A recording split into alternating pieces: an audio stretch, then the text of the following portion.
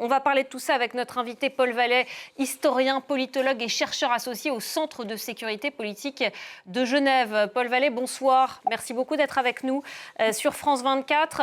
Bonsoir à vous. Le Conseil de sécurité de l'ONU, il se réunit donc en urgence ce lundi après la frappe de drone qui est tombée en Roumanie vendredi sur un immeuble d'habitation. Cette réunion, elle est avant tout symbolique. Qu'est-ce qu'on peut en attendre à part des condamnations ?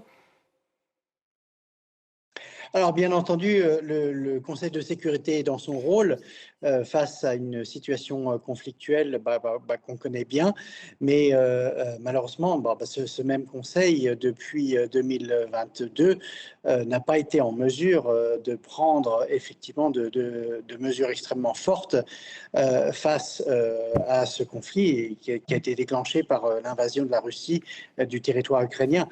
Et bien entendu, il est aussi dans son rôle, puisque là, avec cet épisode d'une chute de drone sur un pays limitrophe, qui n'est absolument pas la première instance, c'est bien ça le problème, d'une possible extension des effets du conflit sur les pays voisins, qu'il faut effectivement tenir une réunion.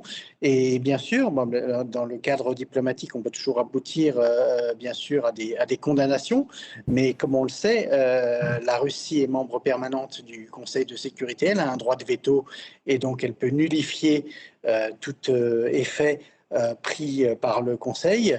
Elle pourrait même, bien sûr, disposer du vote favorable aussi de sa partenaire, la Chine. Et puis, malheureusement, depuis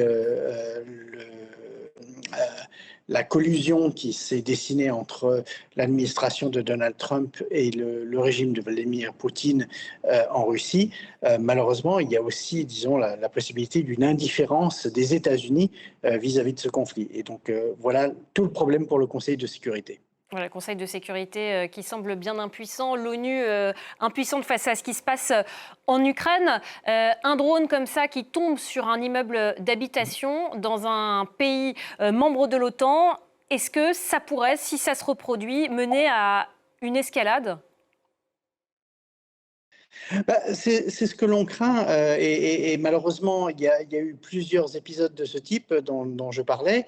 La Pologne a vu des drones russes tomber sur son territoire.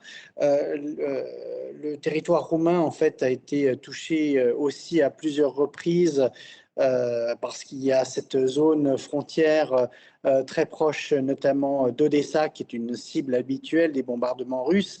Et bien sûr, il y avait aussi le fait que la Russie tentait de viser les transports commerciaux maritimes ukrainiens qui passaient par les eaux roumaines, à l'époque où ils tentaient encore de contrôler la mer Noire. Et bien sûr, on a aussi, d'autres instances qui sont récemment survenues, notamment dans les pays baltes.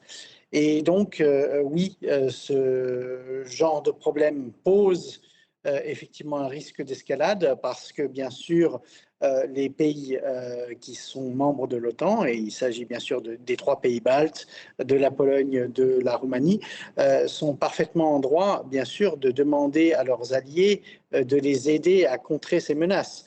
Et bien sûr, toute réaction de l'OTAN est souvent évidemment contrée par une escalade des actions qui sont menées par la Russie. Donc effectivement, le risque d'escalade existe à partir de ces incidents.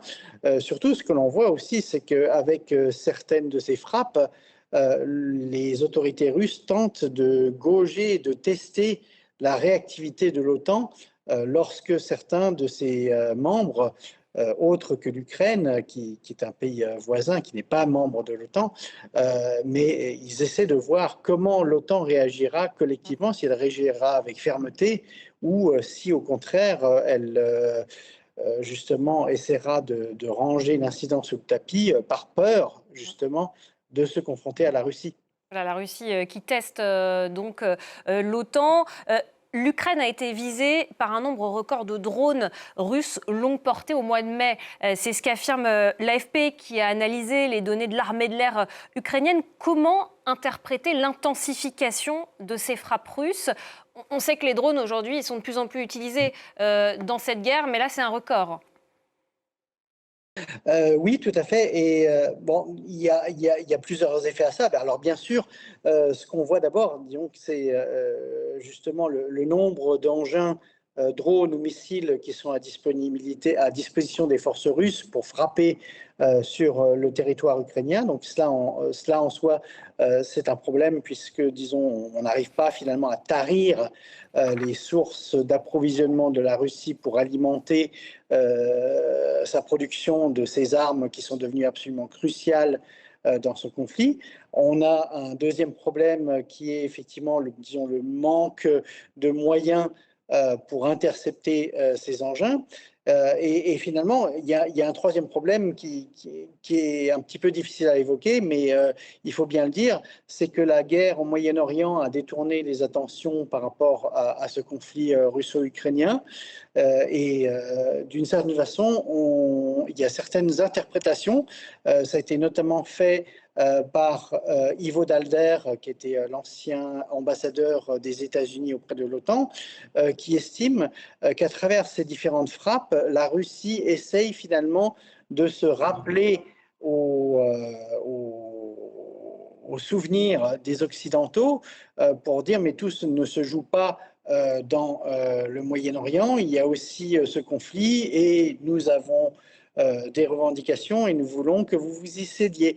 Et bien sûr, c'est ça le problème, c'est que d'une certaine façon, l'intensification des frappes russes essaie de démontrer non seulement bien sûr la perspective d'une puissance militaire russe qui ne serait pas contrée par l'Ukraine ou par ses partenaires occidentaux, et d'une certaine façon essaye de démontrer une sorte d'invincibilité, alors que bien sûr il y a sur au moins la progression sur le terrain finalement un aplatissement de l'effort militaire russe. Mais du côté des drones et des bombardements sur les cibles de l'arrière, sur les cibles civiles, il y a malheureusement, disons, aucun répit de ce côté-là. Et puis ces drones, ils sont aussi utilisés par l'armée ukrainienne. Hein. Les frappes contre les raffineries russes et d'autres infrastructures énergétiques se poursuivent. D'ailleurs, la Russie, elle a annoncé suspendre ses exportations de kérosène jusqu'au 30 novembre. Et puis également, Paul Vallée, il y a la France aujourd'hui qui a arraisonné un pétrolier de la flotte fantôme russe. Soupçonné d'arborer un faux pavillon. C'est le 4e que la France arrête. Est-ce que ça, c'est une bonne manière de riposter face à la Russie, de toucher le pays au portefeuille directement, puisqu'on sait que c'est avec ces exportations de pétrole que l'économie russe parvient à continuer à se financer et à fabriquer notamment encore des armes? Effectivement, l'opération qui a été menée aujourd'hui par la marine française pour arraisonner ce pétrolier est d'ailleurs une opération qui se fait bien sûr en coopération avec les autres alliés européens, en particulier la Grande-Bretagne. C'est le genre de signal que Paris, mais le reste des Européens, peuvent envoyer à la Russie en la matière. Parce qu'effectivement, on a été un petit peu déboussolé par le fait que cette flotte fantôme russe, dont on parle depuis un certain moment, hein, qui pose bien sûr des problèmes non seulement en termes de violation des sanctions, mais étant donné la nature des navires qui sont utilisés pour ces trafics et qui, pour certains, représentent véritablement des dangers pour la navigation, eh bien, il y a eu urgence à agir. Depuis plusieurs mois, aussi bien la France que la Grande-Bretagne, qui voyaient via la Manche passer un certain nombre de ces navires, ont dû vouloir mettre le holà là-dessus. Et donc certainement, il y a bien sûr une concomitance étonnante avec ce récent arraisonnement et puis bien sûr le récent incident dont on parlait en Roumanie. Mais en réalité, la question se pose sur un angle plus large parce que ces navires sont extrêmement nombreux, ils passent vraiment fréquemment et malgré les bonnes résolutions qui ont été signalées à la fois par les gouvernements de Londres et de Paris, ces circulations continuent à se produire. Et si on n'arrive pas à trouver les moyens, bien sûr militaires, finalement de mieux contrôler et plus souvent à raisonner certains de ces navires suspects, c'est vrai que la Russie pensera bénéficier d'un système d'une certaine impunité en la matière. Merci beaucoup, Paul Vallet, historien, politologue et chercheur associé au Centre de sécurité politique de Genève. Merci d'avoir été notre invité ce soir sur France 24 pour nous parler des derniers développements autour de la guerre en Ukraine. On va parler maintenant